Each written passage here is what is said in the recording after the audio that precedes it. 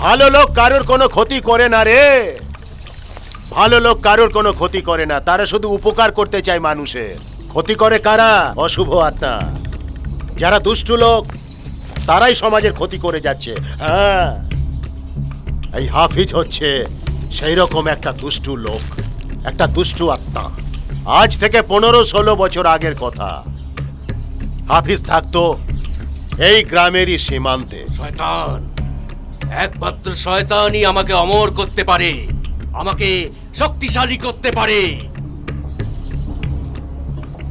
কুকর্ম করতে থাকে। এগুলো পছন্দ করতো না হাফিজের বাবা। খুব ভালো মানুষ ছিলেন যে, ও কিছুতেই সহ্য করতে পারতো না তার নিজের বেটার এই সমস্ত কুকর্ম, কুকীর্তির কথা। ফলে বাপের সঙ্গে বেটার একটা ঝামেলা লেগে যায়। বাবা এইসব কিছুতেই মানতে পারে না। বাবা ওকে শাসন করে, বলে এসব করবি না।